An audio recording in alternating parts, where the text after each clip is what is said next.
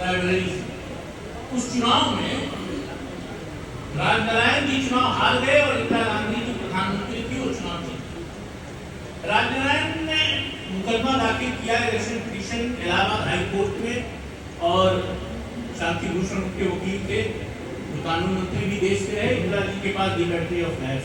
बस जस्टिस जगमोहन सिन्हा साहब ने ऑर्डर किया और कहा कि चूंकि इंदिरा जी ने सरकारी तंत्र का दुरुपयोग किया है, इसलिए उनका चुनाव शून्य घोषित किया।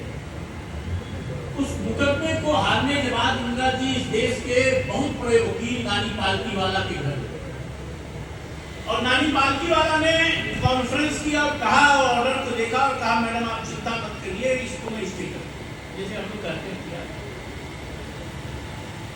23 जून 1973 को जस्टिस कृष्णा अय्यर की हेडेड बेंच के सामने नानी पालकीवाला इंदिरा गांधी के लिए लड़ते हैं और उसमें इंटरिम ऑर्डर मिलता है इंदिरा गांधी के फेवर में कि इंदिरा गांधी पार्लियामेंट की प्रोसीडिंग को अटेंड करती रहेंगी, उनकी सदस्यता समाप्त नहीं।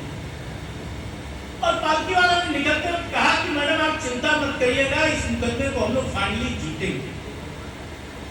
2 दिन बाद उनकी मती मारी गई और बेटे के कहने पर उन्होंने इस देश की इमरजेंसी लगा दी। ये बात पालकीवाला को अच्छी नहीं। जैसे हमारा मौखिक बगैर पूछे कोई काम करते हैं तो हम लोग कहते हैं मैं बताए तो नहीं, कि बताना चाहिए था, तुमने कर दिया, तुम नहीं तुम करना। उसके बाद इंदिरा गांधी जाती हैं पालकीवाला पर हियरिंग, बड़े वकील थे, हर एक सुनवाई पे पैसा लेते थे, पालकीवाला के लिए फीस का बंडल लेकर जाती हैं और जिस दिन सुनवाई के लिए लगी हुई थी आपातता लगने के बाद इंदिरा जी दरवाजे पर गई,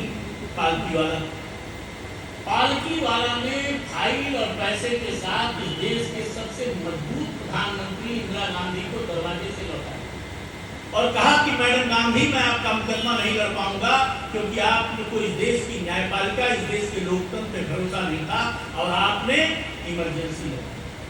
मैं घटना आपको इसलिए बता रहा हूं कि दुनिया की कोई कौम, कोई ब्यूरोक्रेट, कोई जज, कोई डॉक्टर, कोई इंजीनियर, कोई सीए की हैसियत नहीं है कि भारत के प्रधानमंत्री को दरवाजे से लौटा दे।